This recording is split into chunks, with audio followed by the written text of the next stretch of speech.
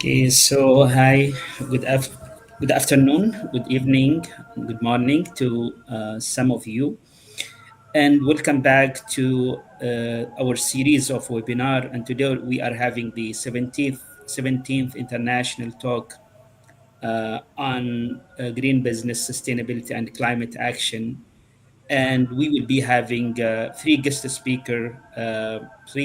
prominent guest speaker for today.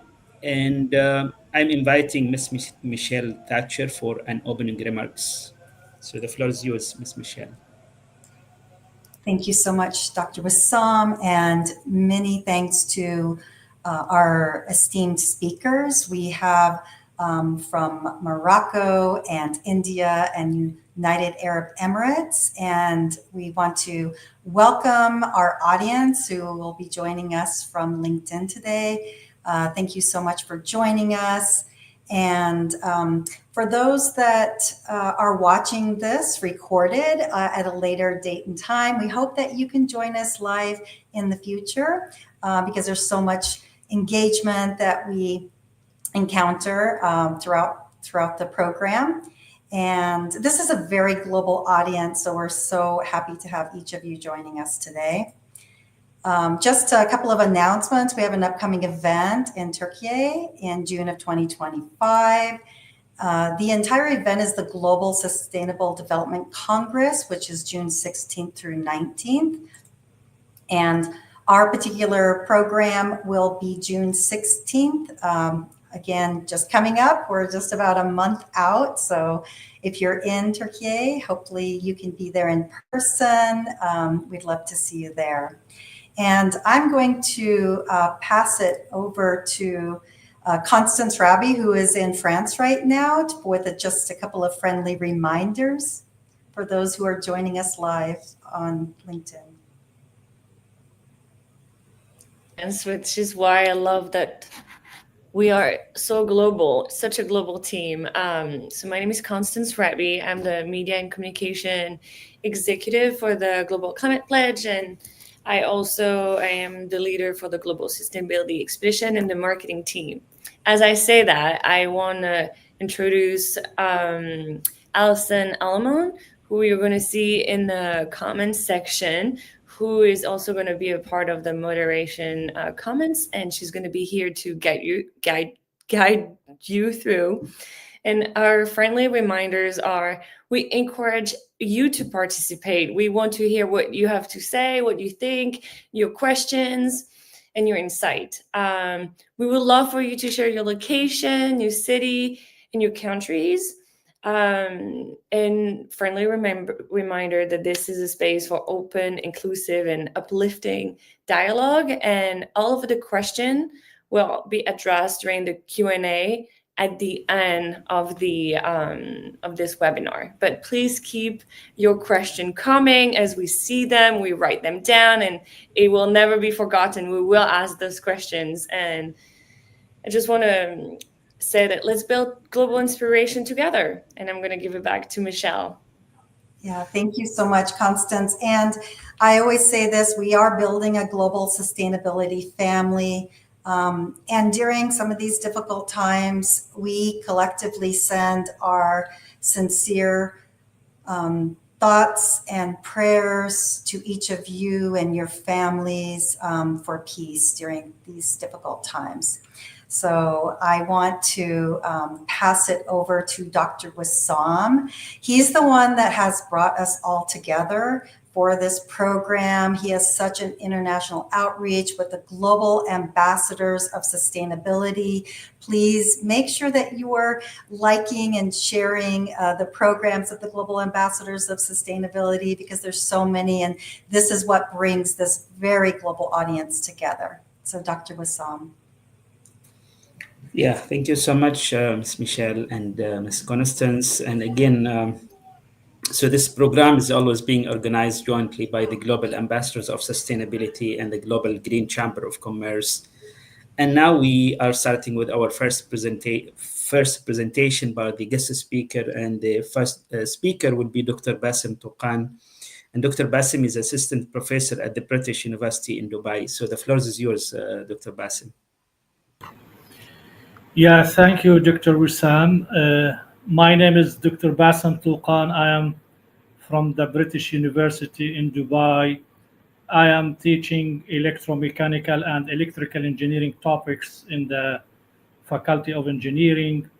And basically, I am specialized in automatic control and control theory. So my presentation of today will be about a control theory regarding how to control the air conditioning system in a sustainable manner, in a sustainable control efforts.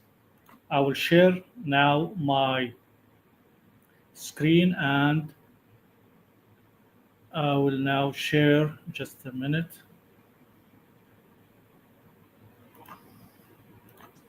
So, Dr. Bassem, I think the presentation is being It presented. is already, yes, yeah. Yeah. Okay. Yeah, it's being shared. Yeah, thank you so much. Yeah, so today I will talk about HVAC system. HVAC system is heating, ventilation, and air conditioning systems. And they are very important today because they are providing thermal comfort. And in today's climate change and global warming, no any building can now continue without an air condition. So that's why it is very important. However, it is high energy consumer, so it is among the largest energy users in buildings. Around 50% of the bill is caused by air conditioning or HVAC system. And there will be growing demand in air conditioning systems. Let me just recall the time 20 or 30 years back, we were not familiar to air conditioning. But now in my country, in the Middle East, nobody can survive, let me say it, without air conditioning. So the demand will be increasing. There will be challenging how to trade off between thermal comfort and power consumption, and consequently how to mitigate the global warming. So we have indirect strategies. Many engineering strategies have been proposed, especially architectural engineering. They started to talk about orientation of the house should be away from the sun bath, or they can make also the orientation of the buildings that it can grab the wind and take away from the radiation of the sun in order to reduce the thermal load, and then there will be, less energy consumption. Other also techniques was or were regarding, how to increase the insulation among the walls of these buildings in order just to reduce the thermal leakage. So all of them, we call them passive techniques and not active techniques. But even though we still need air conditioning system, although we have architectural passive techniques. The issue is when we have active techniques means we need or we use electricity. And once we use electricity in order to control the HVAC system, the traditional controller used is called PID. And PID, if you know math, it is standing for proportional integral derivative. It is pure math, but it is the traditional technique nowadays used in controlling air conditioning. Unfortunately, when we say PID, we have the element integral, and integral means we have high consumption of energy, but control cannot be done without it. We need that integral in the control. So as a conclusion, traditional control is consuming significant energy. Here is animation for, it is not working anyhow. Here should be animation for air conditioning or the PID controller. The blue curve when I use the integral key I here, now it is 0, but once it is 1, the blue curve will be raising above the red color, indicating that it is consuming higher energy. And that's why HVAC system traditional control is not environmental friendly use. So what are the drawbacks of this traditional controllers? They are actually infinite error memory. They are accumulating the error. What does it mean in a simpler way? Accumulating the errors means adding energy in order just to adjust the thermal temperature inside the room, and this will require significant energy to maintain the desired thermal level in the room.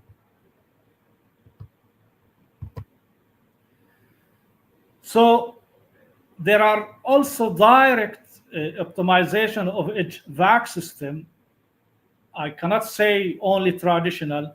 There were also many proposals by also the automatic control scientists, and they have proposed one important energy efficient HVAC control. It is namely called here the direct Nyquist array. It is a control strategy or a control technique that can decouple the outputs. For example, if we have two outputs for all the air conditioning, one is the temperature and the other is the airflow coming inside the room.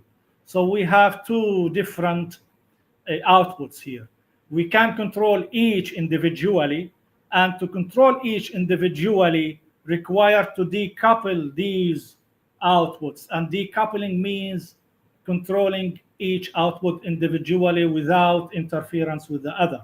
If we are doing so, we are saving some energy, and we are then have a control technique that overcome the consequences of the traditional control techniques. Here is the block diagram, which was proposed based on direct Nyquist array, as you can see. But again, they are using PID controllers. Yes, they managed to save some energy, but not completely, as long as they are using the PID controller, as you can see here in the block diagram.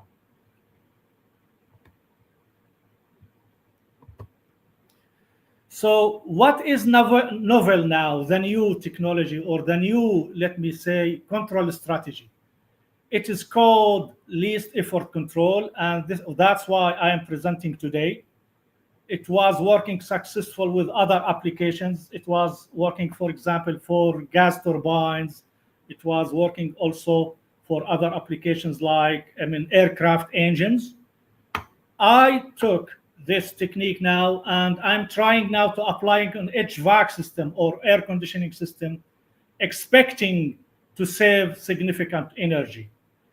This is called least effort control. Least effort control, as you can see here in the title of the technique here. It is balancing the performance and the energy efficiency. What does it mean, performance? I want to save energy, but not on the account of thermal comfort. I want to achieve both thermal comfort and energy efficiency. So what are the aim of applying this control technique, which is basically called least efforts control?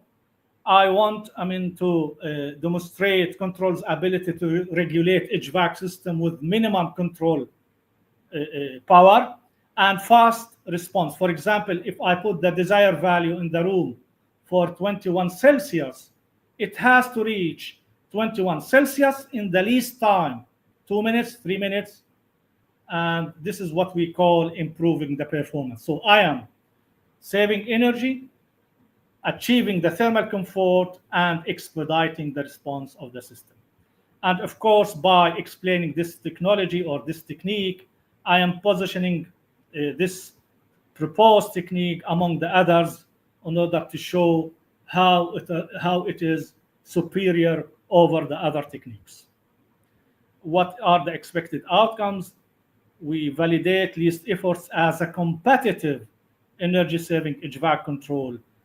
And again, the tip in using this control technique is avoiding the PID controller, which I explained at the beginning, that is responsible for significant energy consumption. Might some specialists now, maybe audience, they are hearing me, how come PID controller is really superior in control? Now you want to replace them? My answer to them, yes. Just continue to the end with me. So this is the block diagram of the controller I'm talking about. Sorry for being maybe complex, but I will explain it to you in a simpler way. The air conditioning is in this frame here in red color, as you can see. The proposed controller, the least effort proposed controller, are the both two frames, the green and the purple. The green parameters or gains, we call them gains, H1 and H2, they are the feedback gain. K1 and K2 are the forward gains. So these gains here in the green color, we call them inner loop. The outer loop, as you can see, F1, F2, P11, P21, P12. This one, sorry, should be P12, and this should be also P22. So these are the outer loop. The inner loop will be responsible for the expediting the response, improving the dynamics of the response, while the outer loop will be responsible for the steady state error that should be very small and minimal.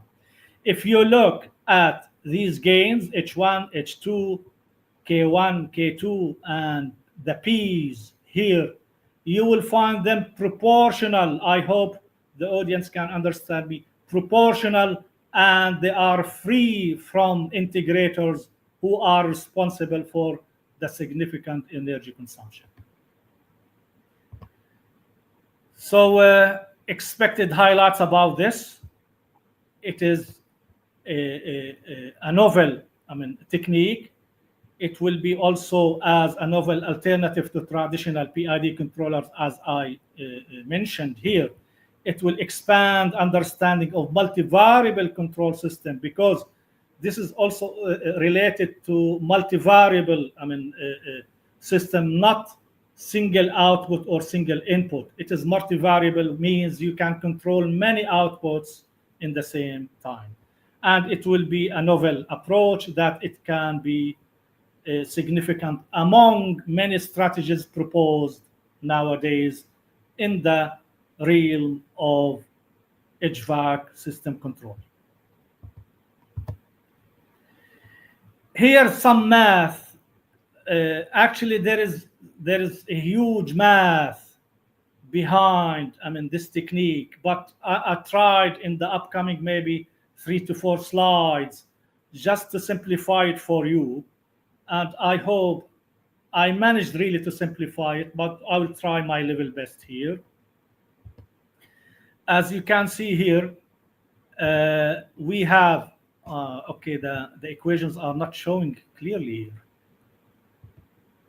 There is one equation here, is not shown clearly. I'm sorry for that. Type. Okay, let me talk about these equations from the block diagram as alternative.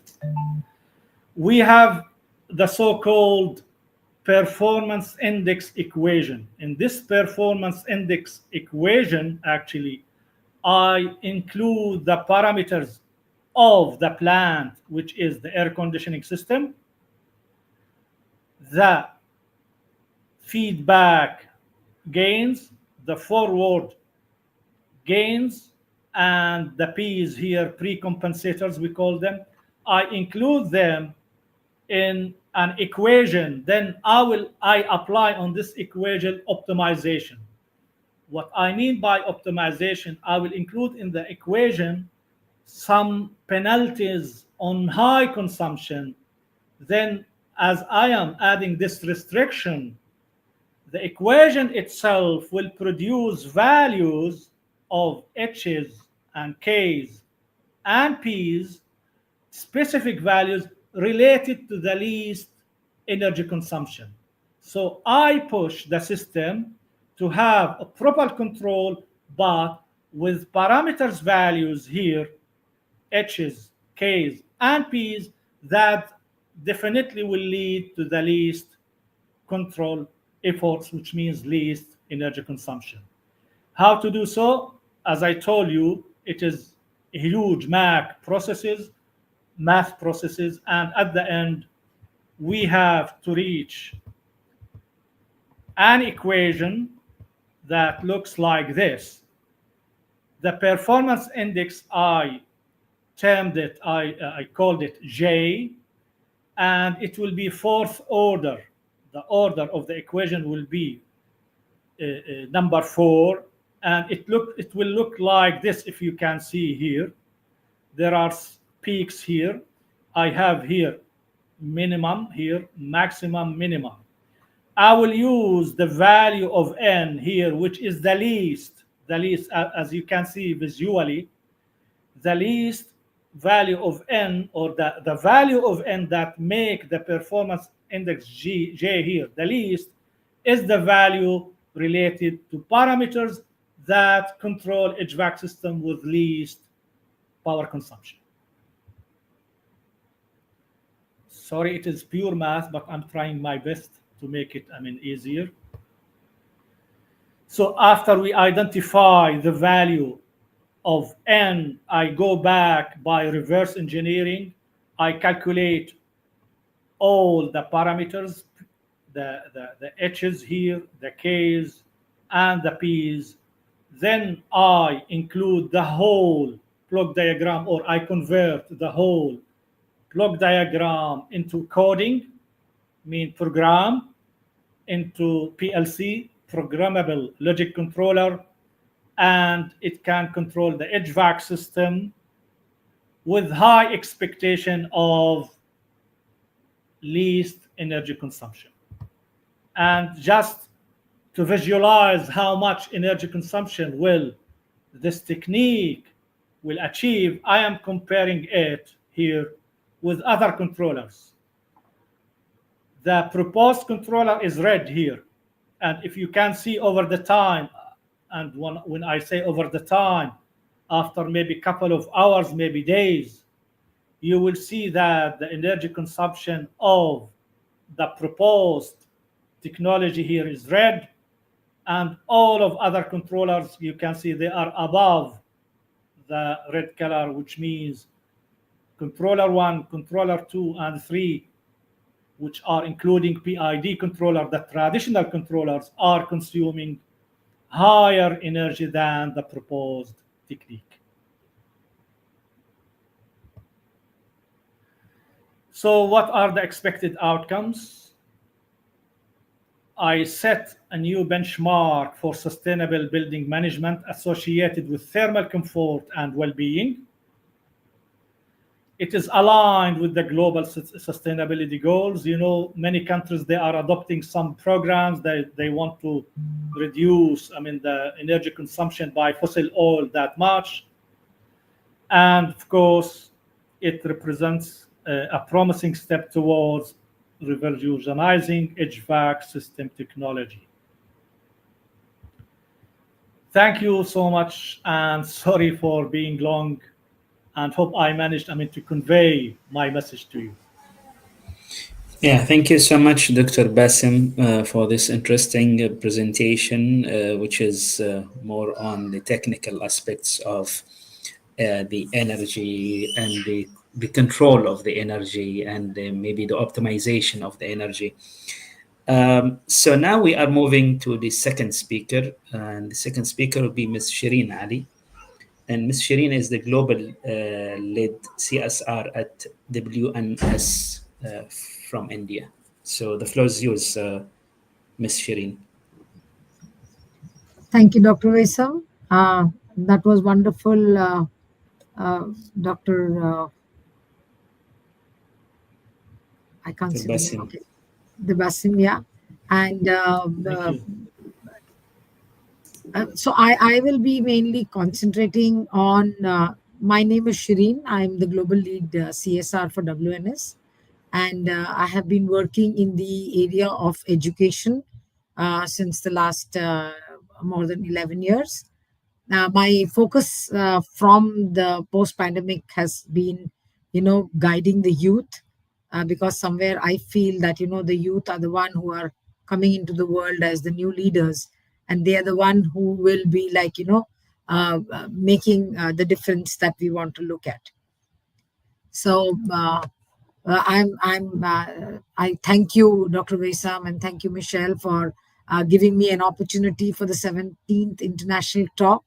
And the topics, the green business, sustainability, and climate action, are the ones which are really required right now. And there is a lot of awareness that needs to be, all the time reminded to every sector of the community, society, industry, where these things need to be discussed so that we stay on track and not deviate, because we are actually sitting on a ticking time bomb, and we would all want to save ourselves and the world. The objective today and is mainly like that what are the challenges. Of course, we just saw how the air conditioning system is one big issue of creating this global warmth, and also some solutions somewhere where we can come to some understanding, or come to some reasoning where we can do this, and then highlight the collaborations as to uh, how the objectives can be achieved. Now, before I get into the main the area that I work in, I just wanted to highlight a few things recently which have been glaring in our faces, are the temperature rise. And as per the Paris Agreement, it had to be below 1.5, but we have crossed that. 84% of the coral reefs are being bleached. Now, this is again because of the heat that is being produced, and the meaning of the corals being bleached is that the ecosystem of the underwater, like the life and its sustenance, is getting depleted. It will be a huge impact to the fishes, huge impact to the absorption of carbon dioxide, and a huge impact for sustenance of life, basically. And the CO2 levels, I think everybody is aware that 350 ppm is what is to be maintained, and we are already at 427. And in case if we go on as it is, this will cross, and everything will be affected. So the temperature rise will go up, the coral reefs will reach beyond 90%, and there will be so one thing to understand is that this is going to affect each and every one of us also. So I am just bringing these points out so that while we talk about it, it's a constant reminder that extreme weather is something which is becoming a major challenge for the entire world. There is a biodiversity loss. Food, agricultural products and food products are at a huge danger, where farming and everything is affected due to the uh, environmental and the climatic rises. This definitely goes into social inequities, because there are different kinds of risks that are coming up for different communities, and the economic impact, of course, is now it's unsaid. Now, the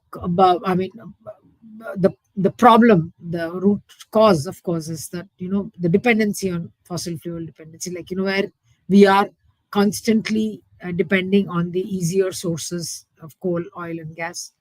Deforestation is still not being controlled in spite of so many efforts. There is a huge amount of deforestation happening, and that is again a loss of the carbon sinks.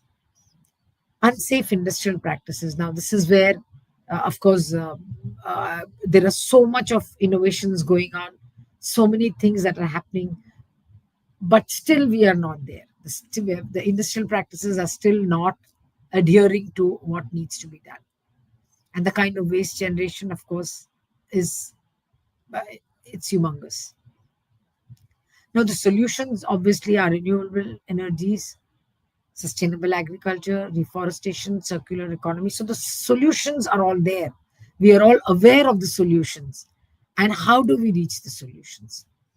So I would like to, I have especially added this slide where, global forums like these are the ones where these discussions happen. These ideas are brought forth. The new innovations are discussed. And there are dialogues which actually remind each and every one of us to stay in control. So this slide basically was to, highlight the importance of these kind of forums where we are able to discuss, and we're able to, at least stay in check, look at what's coming up new. Now, the area that I am working, like I told you, post pandemic especially, I have been very actively working in the spaces. While all the problems are listed out, while all the solutions are probably there, where of what we can implement, but then the mindset and the willingness to adopt these things is something which is very, very important. And that is where I'm trying to touch the youth who are going to come out as the potential leaders, who become purposeful leaders. So unless they have a thought that the whatever careers they choose, whatever they choose to do, needs to be purpose driven, because they need to understand that saving the world for our own selves and for our ecosystem is the primary objective, which was, the humankind was born, the entire system of the galaxy and the universe was made in such a way that it is sustainable. It can keep itself, only if we do not end up destroying it. So the mindset of the students needs to be their purpose needs to be aligned with what they are planning to do in the near future. The sustainability and social responsibility has to become a part of their attitudes, because what happens is, when students are educating, their primary objectives are profit making, or getting a good career, getting a successful career, which they have to realize can be done if it is done in a responsible manner. They can build their own brands by doing things which are responsible. So that is the kind of the mindset or the aptitude or the attitude that we need to start instilling in these students. We have to actually make it a movement where the youth realize, and they become the voices of the industry. And that also brings them to the critical thinking and problem solving. So the innovations that are coming up, adopting to the innovations, innovating themselves, be it in large corporates, be it as individual entrepreneurs, or be it as scientists and innovators. Whatever it is, it has to be aligned to the thought process of the bigger picture of what's happening into the world. So this is the place where a very deep intervention is required. We need to move this at a faster pace, at a more larger scale, because youth and students are the ones who are coming in. So the next year are the students who are educating this year, and every time there are decisions that are being made, they need to be made responsibly. So that is the area where I am working, and I intend to do this global movement where we can reach out to the students, engage them in volunteering work, engage them in physical volunteering work, so that they get the idea of what exactly it means, how the academia has to be integrated with the on ground realities, how the academia has to be integrated with the industries, what are the practices that are required. Is the stakeholder approach more important, or is the shareholder approach that is important? And stakeholders means taking everything into consideration. So these are the mindsets that need to be very, very strongly inculcated. And this is what I've been working for, and I will be working for. And I hope that platforms like these are the ones which encourage, because everything that needs to be done needs to have a mindset to do it. Yeah. And the like I said, the rising awareness that is required for driving innovations, for the actions that are required in the right direction, and the global collaborations. Unless we collaborate, unless all the forces collaborate, all the stakeholders collaborate, we will not be able to move north. And the Paris Agreement, or even the other ecological standards, they have to be kept in mind, because that is where we are getting these sirens that things are not in place. So, taking again the help of this forum and taking the strength from, from a collaborative approach, we need to understand that this is an individual responsibility. Every human being, we cannot say that if the ice is melting in Antarctica, or if the fires are happening in North America, or if the floods are happening, we are not concerned. We are concerned with every activity that is going on in the world. Everything affects every individual, no matter which part of the world they live in. The economic implications, the climatic implications, the health implications, everything is, it's not something which is happening far away. It is right here and right now. And unless we do collective efforts, unless we join hands, the more we do it, the more we advocate these projects, the more we get support, we cannot really do it. And this can again go to higher levels, where we can, we can actually intervene for the policies that are happening, for the government regulations that are happening. And I somehow feel the youth is a very, very good vehicle to do this. So, I just stress that this is a very immediate and a very strong movement that we need to keep pushing towards. And I, in my capacity, I'm trying to, get the youth to understand this, and get the youth to become sustainable leaders. Thank you. Thank you so much, Ms. Shireen, for this interesting presentation. And I think this is what we need, and this is what we are trying to build together. It's about collaboration to raise the awareness and advocate on sustainable development, which is a crucial element in implementing the sustainability concepts and practices. So thank you so much. Thank you. So now we move to the third and last speaker for today. And the speaker will be Mr. Mohammed Bousala. And Dr. Mohammed, Mr. Mohammed, he is the general manager at Centennial from Morocco. So the floor is yours, Mr. Mohammed. Thank you, Doctor. First, I would like to thank you, Dr. Wissam Al-Madhoun, and would like to thank Ms. Michelle Thatcher, the CEO of US Green Chamber, and my fellow speakers. My name is Mohammed Bousala from Sentinel.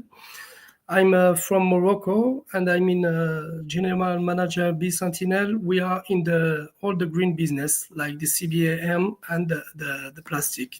Today, I want to talk with you about the plastic, the consequence, and the solution.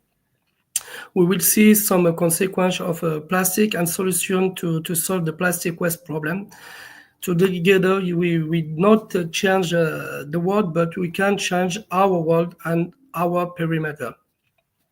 The plastic are everywhere, and we use them at all levels and in all sectors, like the toys for our children, the furniture, packaging, including for contract materials, electrical and electronic equipment, the transport, medical device, etc., etc.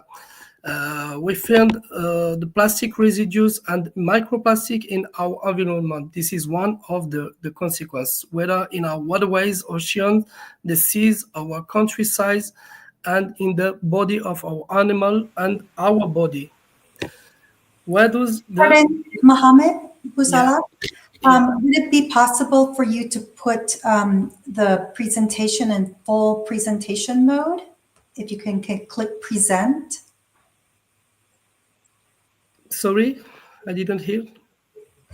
Can you put it into full presentation mode where you see the full slide on the page? You see my presentation? We can.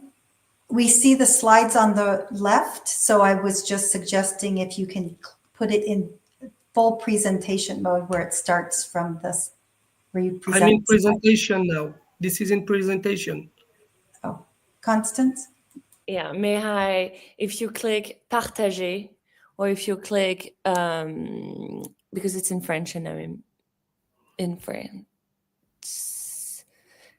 So we will, the partager button is on top, en haut à droite de votre écran, en rouge.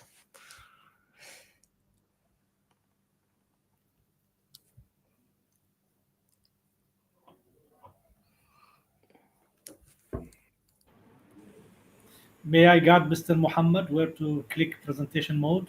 Yes, please. Yeah. محمد on the right, على اليمين تحت، على اليمين تحت، على اليمين تحت، لا تحت زاوية اليمين، زاوية اليمين السفلى تحت. أيوة، جو كمان روح يمين يمين يمين يمين يمين كمان يمين. أيوة وصلت، أنت رديت رجعت يمين، أقصى اليمين. لا. محمد أقصى اليمين. F5 too, perhaps. Okay, so let me try from here. Oops, sorry. Okay, there is file here. I think we can move it from here. There you go. So this is a slide you are presenting right just now? This is the correct one? No, this is the correct one. Okay. Yeah, perfect. So go ahead, please. I don't know what happened. It's fine. I will control it from here.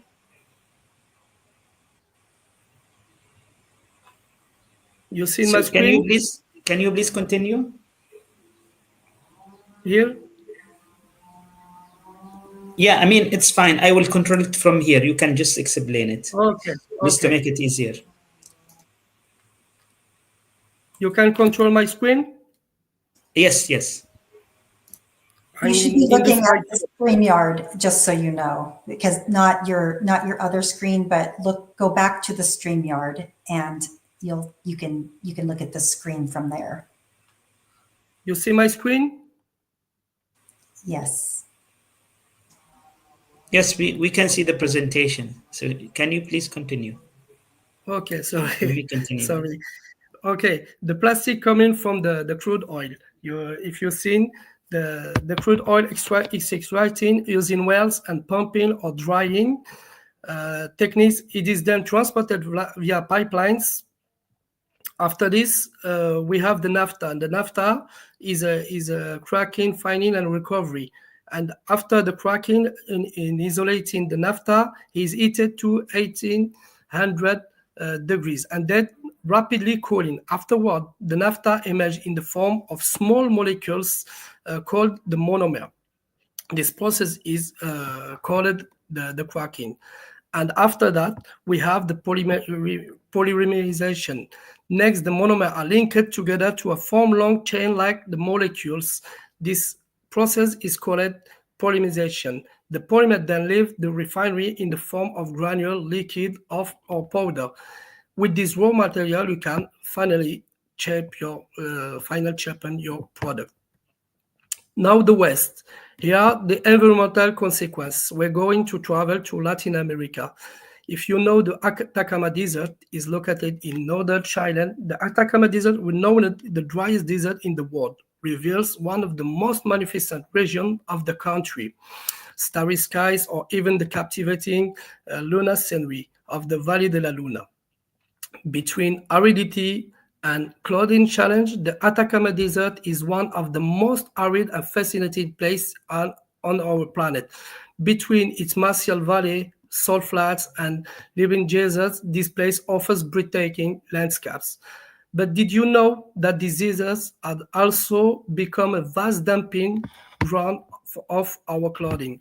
Whether the desert or ocean nature, we must not pay for the price of excessive consumption or impulse purchases, a recurrent problem linked to human consumption. We knew that our clothing ended up in Africa forming piles in Ghana or other countries, but we don't know about this desert. Every year, approximately 40,000 tons of clothing from fast fashion accumulates in this desert. The phenomenon is so concerning that the United Nations has declared an sustainable and biggest emergency in the world. Not to mention the liter of water we need to require our energy. 10,000 liters of water needed to make a pair of jeans. There are solutions for waste recovery, but they are often driven by startups with limited resources and little known to the general public. This initiative allows us to recycle small quantities. The waste ends up burned or landfilled like this in the Chile. So for the sake of our earth, we must make an effort. We must reuse our clothes or refuse the overconsumption and recycle it. That's for the lands, but in the ocean, it's the same problem. Between 5 and 30 million tons of plastic are thrown into the ocean per year around the world. 73% of waste on the beaches is plastic, like cigarette filter, bottle caps, food packaging, polystyrene bags, or bin. Plastic can be recycled for unlimited purposes. It can be made into flakes, pyrolysis oils, polystyrene bag, or bins. Plastic can be a solution because we have the plastic everywhere. The tiny particles are found in everyday objects, including these cigarettes. A research from the United Nations Environment Program showed that continued use of some of this product increases the buildup of microplastics in the environment. Microplastics, which can measure up to 5 millimeters in diameter, enter the ocean through decomposing plastic waste in the marine environment, runoff from pipes, accidental releases from production facilities, and other sources. When ingested by marine species such as birds, fish, mammals, and plants, microplastics have toxic and functional impact, leading to problems such as reduced food intake, suffocation risks, behavioral changes, and genetic modification. In addition to exposures to these microplastics entering the food chain through seafood, each person can inhale microplastics present in the air, ingest them by drinking water, and absorb them through the skin. Microplastics have been found in various organs of the human, including the placenta of our newborn. When plastic is poorly managed, it has dramatic consequences. Here we have our plastic. Is a real real image, is real picture, sorry, not a fake picture. Oceans pollution also poses significant health risk to human, endocrine disruptor, cancer, etc., as well as a direct impact on global warming. We can reduce and reuse or refuse our waste because we have a single planet, which is ocean and its ecosystem, but several solutions to preserve and regreen it. Human being, not the only inhabitant of all this ecosystem, but is indeed the biggest polluter. You don't need to be green to care about the environment. You just need to have a conscience and to learn about it. We can consume better. In a published studies from Greenpeace deemed the recycling of plastic waste a fiction. Indeed, it appeared the analysis which will focus on the United States that is declining while the production of famous material, this plastic, is increasing.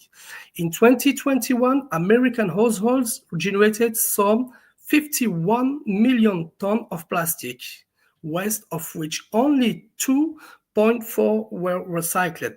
According to the same report, this delay is due to 5 shortcomings: the quantity of waste in circulation, the disparity of material. There are a lot of material. We will see it in the next slide.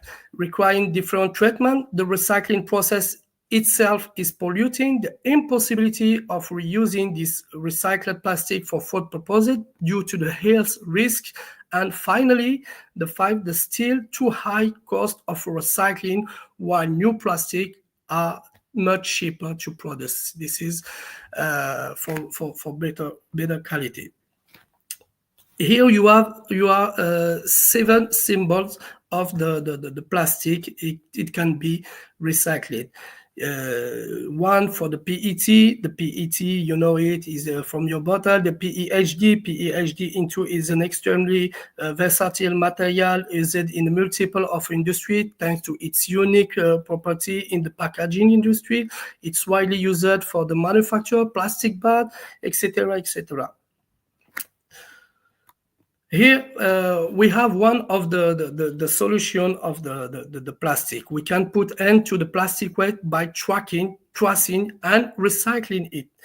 The bargain hunter know the symbol we see them, the 7, they know them by heart. And of course, recycler also know them.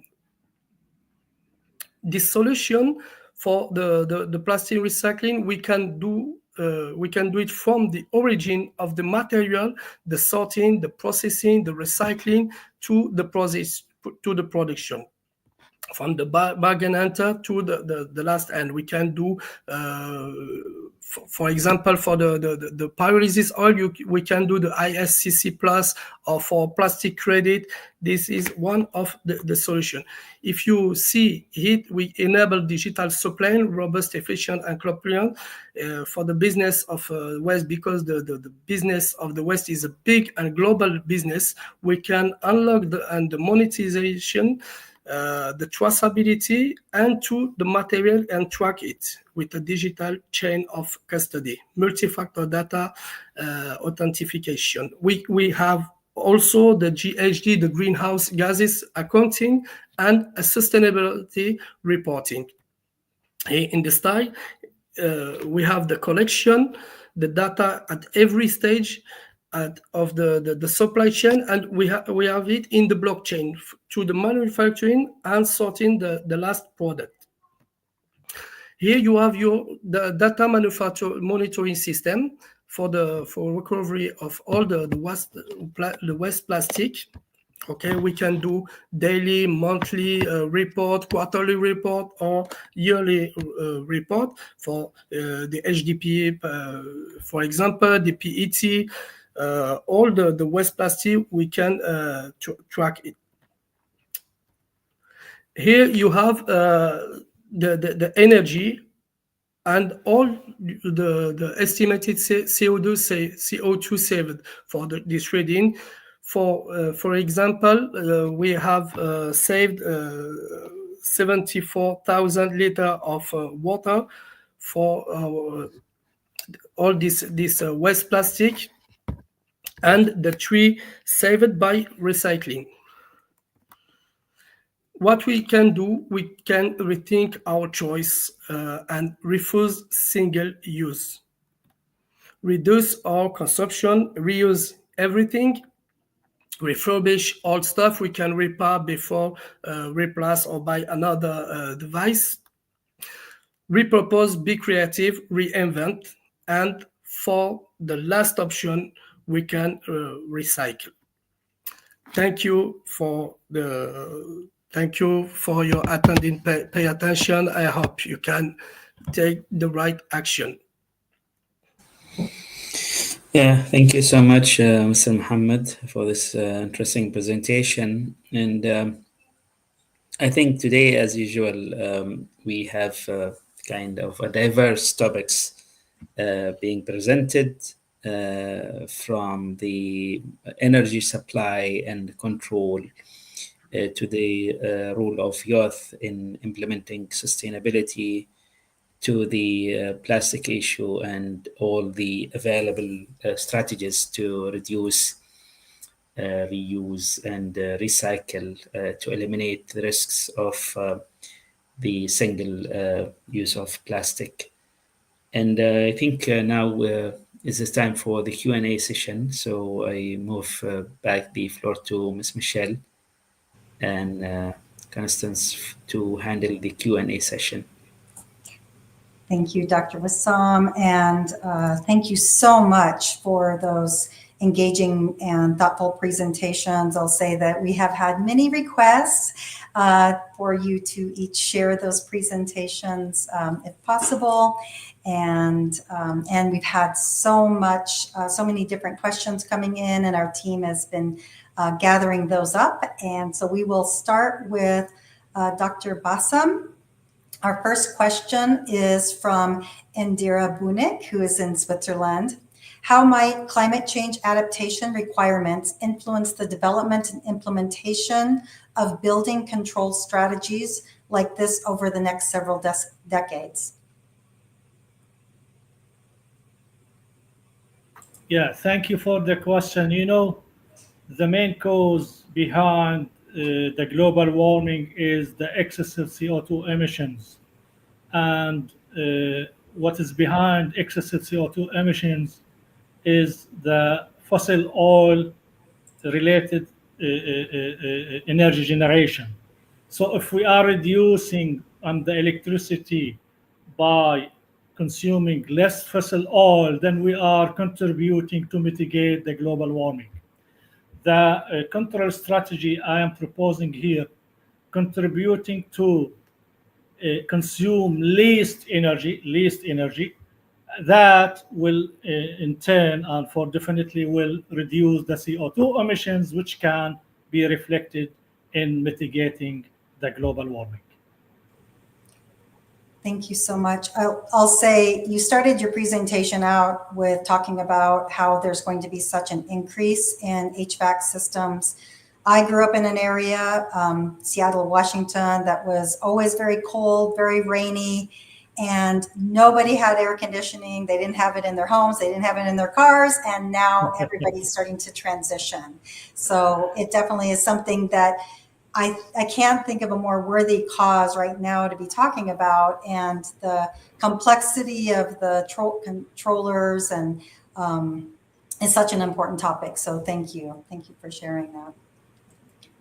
And our next question is for Ms. Shirin Ali. The first question is from Strong Truth. It's fascinating how our minds weigh risk and reward, especially in enterprise risk management, ERM. How can organizations develop both awareness, attention, and motivation, intention, to improve energy consumption in a way that is ethical and honest? Great question. Great question. Yeah, thank you. So basically the awareness aspect which comes in, like, because like you just mentioned, Michelle, that, we have become so used to some of these luxuries, and they become so used to having air conditioning or having comforts that we do not even stop to think as to how are these things happening, what are we actually depleting to gain some kind of a comfort, or what are we actually making bad to do some good. So the awareness, and especially in enterprises, or the awareness that needs to come in the industries, is basically to have a stakeholder approach, which has to be a major mind shift from the shareholder approach. Now, there may be so many things which are good for making profit, but there are so many things that are good for the stakeholder approach, where the community, the environment, the ecosystem, even the employees or the resources, the supply chain management, everything needs to be taken into consideration before making any decision. And that is where, the mindset that needs to be changed is what I'm really concerned and really worried about, how urgently we can do this. I hope that answers the question. Absolutely. And I love the fact that you're focusing in on the youth. I know that that's a passion of mine, and as well as Dr. Wissam and our collective team. And we always say, like, we in the older generation, those with quote unquote power, need to make sure that we're fostering the movement with those that have passion, which are the young youth. So love what you're doing. So thank you very much with that. Thank you so much. Thank you. And our next question is for Mr. Mohammed Wissam. Question is from Eric Apia. What challenges do you face in promoting CSR initiatives across different regions, and how do you address cultural or policy barriers? Oh, we need to rethink and work with all the player or the recycling sector, and trace our waste. There are so many intermediaries in the waste. There are all the problem in the plastic. We need to rethink our choice. And I talked about the plastic credit. Plastic credit is the last option. We have many solutions. We can't replace the plastic now. We have 50 years maybe to replace the plastic, but we have last choice is reuse our waste. Thank you so much. And I do believe that it is sort of that last choice, and people, you referenced this, that people should also be looking, if they don't care about the plastic and the environment, at least be looking at your own health. And because those microplastics are definitely deeply affecting all of us. So really appreciate you bringing that into the conversation. And our next question is back to Dr. Bassem. It's from Dr. Zaid. Can we use solar energy instead of electricity from power stations to run air conditioners? Yes, of course. We can use this clean energy as well. Of course, will be maybe, magnifying the benefits for the environment. Moreover, we can use also artificial intelligence in controlling also the air conditioning, which can make the situation better. Of course, when we use clean energy like solar energy, renewable energy, means a clean energy, CO2, zero CO2 related energy. So yes, then this will mitigate the issue of the global warming, of course. Yeah, thank you. And I think sometimes we know how much energy is being used by air conditioning. So if we have a typical, maybe smaller solar energy, it's hard to imagine that running an air conditioner. I think that's probably where that question's coming from. So yeah, let me add one more point, Michelle, here. The issue behind, the solar energy, that it needs wide space, maybe to generate, 1 megawatt, for example, power. So this could be a disadvantage for solar energy in comparison for hydro, for example. Hydro, or hydro energy generation is more powerful. يعني one what we call it waterfall, specific waterfall maybe can generate multiple times of solar cells spanning, for example, one playground, football playground. So yes, if you need, to have more solar energy, you need, wide space, which could be a disadvantage for this type of energy. Good, very good point. Thank you. And our next question's for Ms. Shirin Ali. This is from Shamas Min. We are at a tipping point. If we fail to act decisively and do not achieve our sustainability goals, do you believe the emerging era of AI and robotics will be capable, though they are not fossil fuels? Okay, go. That's a good question, because with the emerging AI trends, everybody has got a lot of questions as to how is the AI going to make or break any of these, any of these issues. But let me tell you, while AI can be implemented to make things more clearer or to make things more accessible, but the usage or the practices for sustainability will still need human interventions. The AI can probably give you some kind of a direction, but even though it is now fossil fuels and all the uh, things that cannot be regenerated have to still be managed by the human beings. Sustainable practices have to be done by human beings. So AI can probably, it can probably help, but it cannot act as an alternative to any of the damage that is being done. So that is where we have to actually distinguish between the work that AI can do and that humans can do. I hope that answered the question. Yes. And I know that it comes up every time, the amount of power that it takes to use AI is also, the balance between all of that. So really appreciate it. And we do need to take personal responsibility. It does take human interaction to make things happen. So thank you. And Mr. Mohammed Busala, this next question is from Dr. Zaid Alda Firi.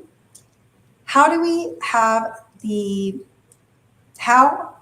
can we have the attitude of people to care about the environment? What are the techniques for that? Is an educational problem. It's an educational problem. We need to recover the waste, and I don't know how we can do to end of this warming problem, but we need to be concerned by this global problem. Yes, and I think there's so much that Shirin has helped to guide, of the different steps that I think we as individuals can take to change that attitude as well. So yeah, it's a hard one because I think collectively our entire shift does need to take place. And that's why we're here. I love the fact that Dr. Wissam brings us all together from different, from the business industry to the universities to the NGO community, sometimes even government, because it's not a one fix all attitude or background or information that's definitely going to make anything happen in a silo. So working together makes the difference. And we'll go back up to Dr. Bassam. Yeah. Again, this question is from Indira Bunik. What ethical considerations may arise when control systems prioritize energy efficiency over human comfort preferences, and how should these trade-offs be managed? Great question. Yeah, I don't know what does she or he mean by ethics here. Of course, as long as we are dealing with mitigating the global warming, we are very much ethical. The proposed, the technique or the proposed theory I am here presenting is aiming at the end to have least energy consumption, which means least CO2 emissions, which means also mitigating the global warming. If this is what she or he means by ethics, yes, we are very ethical in this regard. Yeah, I think you're definitely taking, I think she's probably mentioning or envisioning like how as we as consumers, you know, like you're doing your part in the technology side and implementation, but how do we, you know, manage our own comfort? Because just, you know, I was just mentioning like we, you know, my mother now has air conditioning where she probably doesn't 100% need it. She's not thinking about those ethical considerations that are coming into play with, you know, implementing that air conditioning in that region is probably where she's going there. And yeah, by the way, there is many links or websites can assess how sustainable you are.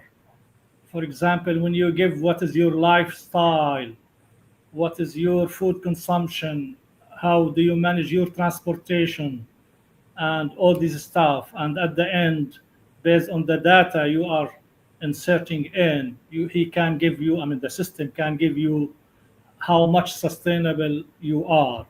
If you are interested, just send an email to Michelle or to Dr. Wissam. Then I will share this link with you. thank you so much. That's such a good point that we do need to be aware of what we're using on an individual basis, and that climate footprint link would be fantastic. So thank you.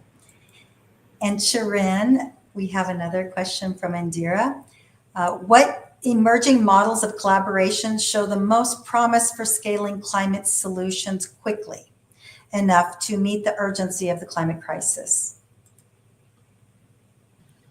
Yeah, again, well, Michelle, we are having some very great questions coming up, right?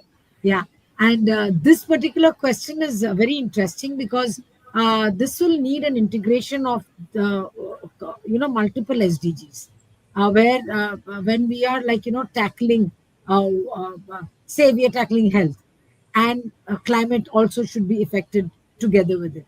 So if we are taking some steps to have maybe clean water or having less pollution and carbon, that automatically has to also get the health benefits.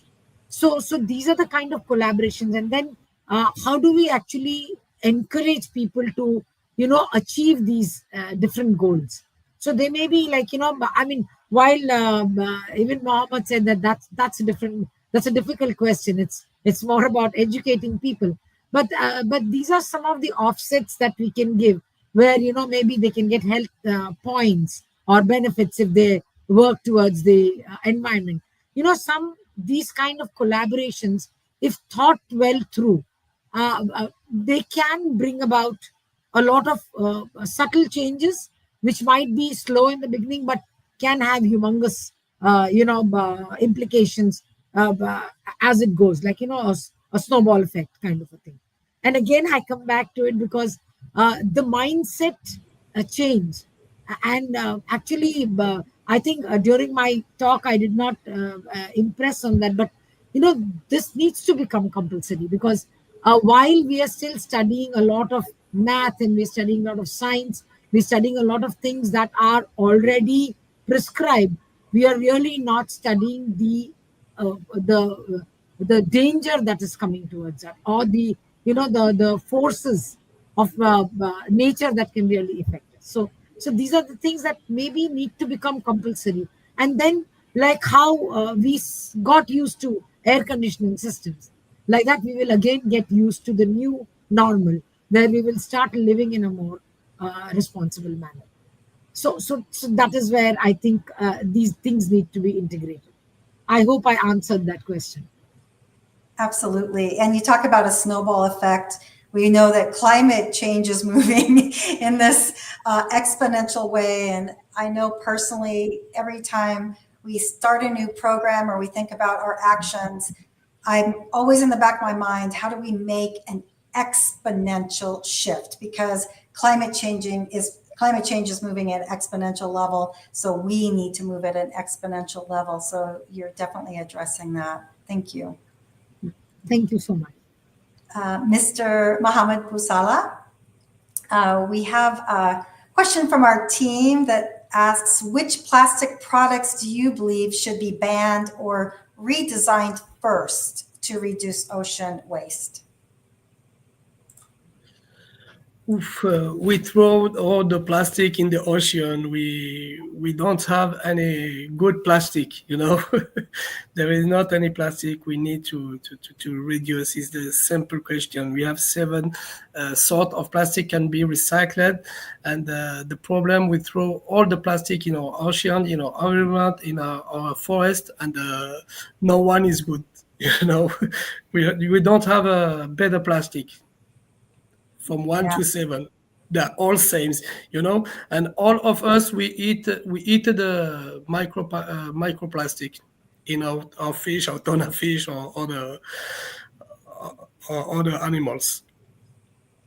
Yeah, very good point. And thank you for bringing up, I mean, from being in the United States, I think the statistic is so important that we're producing 51 million tons of plastic, but yet only a little over 2% are recycled. And it's just, I mean, it's so devastating to know and be able to share that. But I say that to all of us who are in the United States to do all we can to be reducing that, to redesign, to one of our partners is Recycle Across America, and just the simple labeling is something that's so critical, but it does, you know, in the end, it also doesn't solve sort of this big problem, but it does hopefully get more plastic recycled, hopefully. No, US is an example, but we are all we produce around the world. You know, it's not only the US, because they are you produced 51 million and only 2 million was recovered or recycled. But you have a warming problem in the south of Asia or in Africa, in Europe. There is not one country is better than another. Or we don't have a sustainable country in the world. All same. Yeah, something to be working on, and that's why these programs are so important in learning this information. So thank you. And we'll jump up to Dr. Bassam. This question is from Ubaid Human Galam. They ask, the world is facing climate change and sustainability, but many buildings still suffer from poor indoor air quality, often due to one overlooked factor, dirty HVAC ducts. So I assume, like, what is being done and how do we address that issue? The air quality, you mean, Misha? Yes, air quality. And what other thing mentioned in the question, air quality and? Due to dirty HVAC ducts, because it probably, I know, which affects the efficiency if you're not cleaning out your ducts or even your. Yes.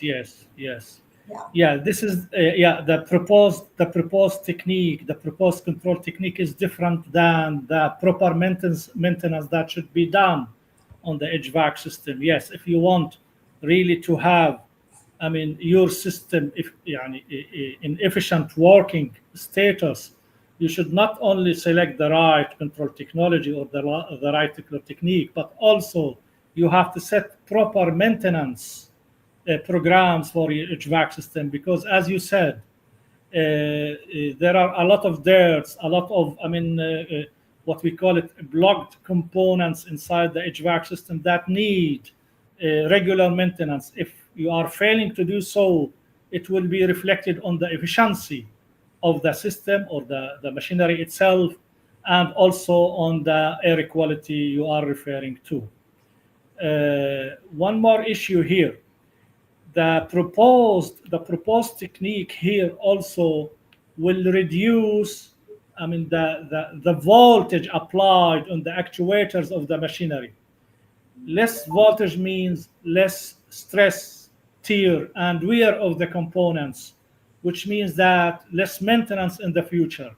So the proposed technology can contribute to less maintenance programs, but at the end, cleaning the system is part of the efficient maintenance program that the end user has to take care on a frequent basis. Perfect. Thank you. And really good question. It's not something we're always thinking about, some of the simpler things to do to become more efficient in that space. Shirin Ali, one of our team members, Allison, had asked, how can students and young professionals practically integrate sustainability and CSR into their early careers? Okay, great question. Now actually the integration is happening on global levels, especially if I have to talk of India. CSR is a law that has been mandated for every company, that 2% of their profit has to be spent for the CSR initiatives. And also there are a lot of countries who are either mandated or doing it on their own.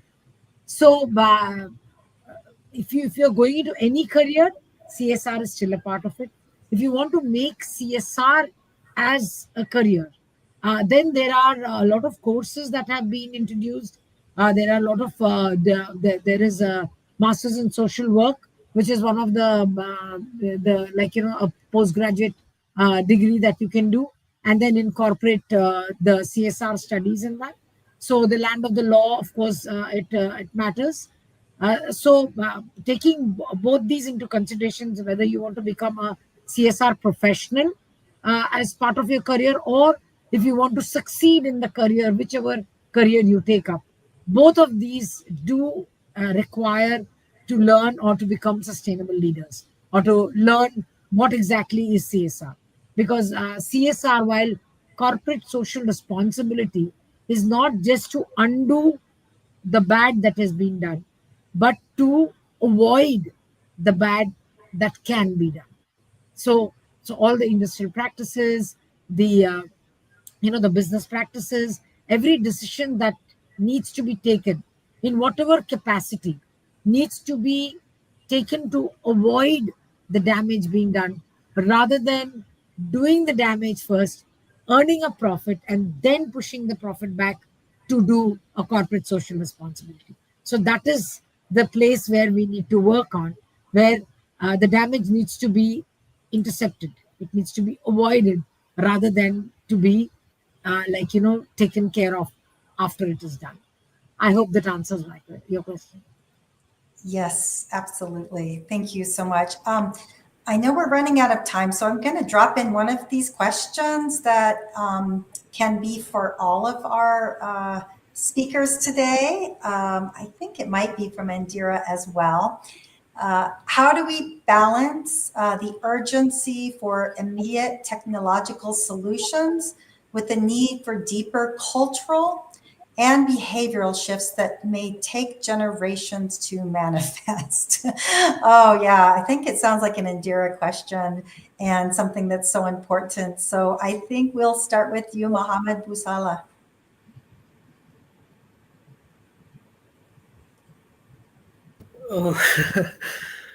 I don't know how we balance the urgency for immediately, but we need to have another how do I say a deeper culture, our behavior. We need to change ourselves to change the world, ourselves and our environment. Yeah, Thank you. And It's, Dr. it, Oh, we have the laws. We have the laws for the government, like the Paris Agreement.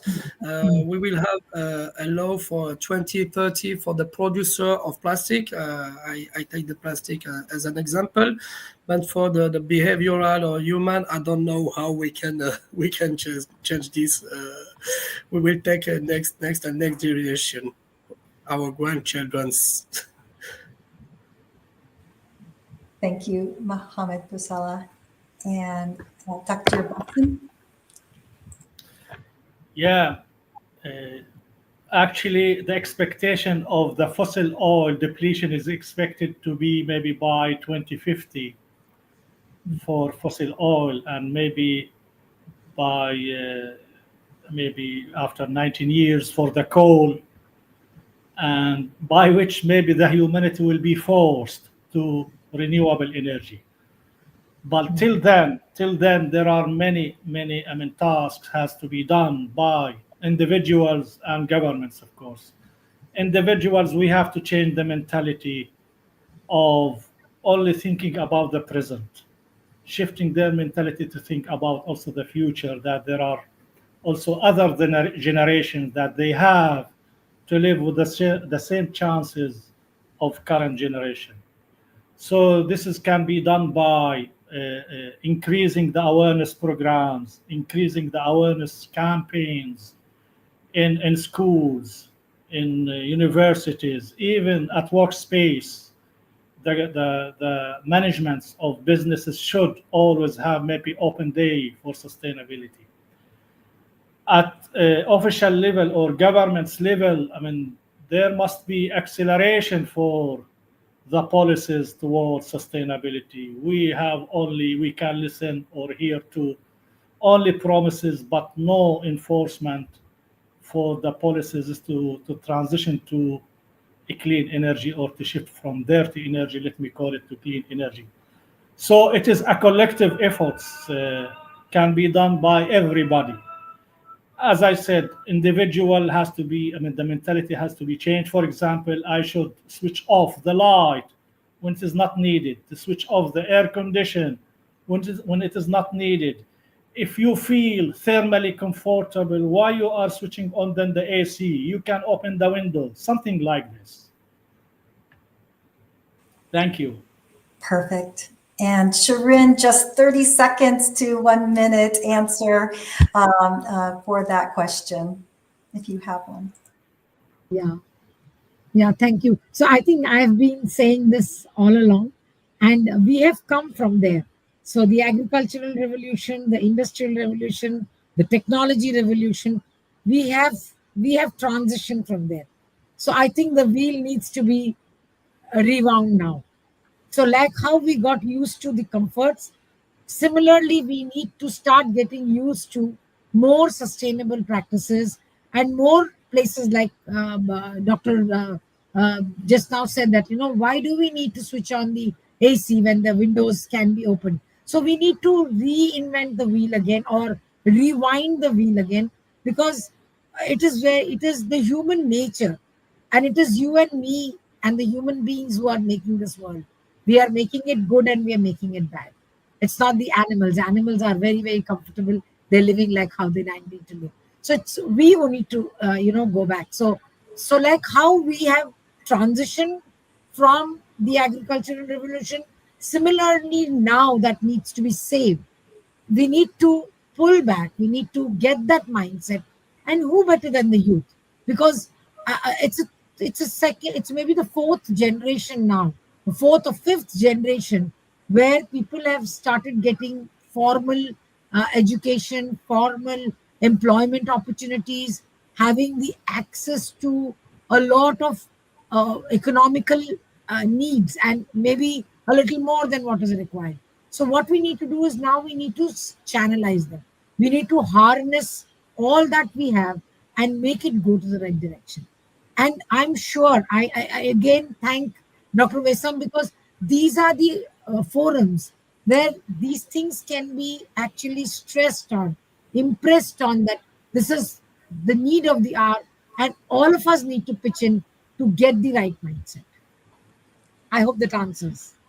It's perfect ending to our Q&A session. And I do believe as well, I'm hopeful that these forums that Dr. Wissam is bringing us all together, and speakers like you sharing this really critical information, and our audience asking really thoughtful, insightful questions, and those that are watching it live now, but then also in the recording.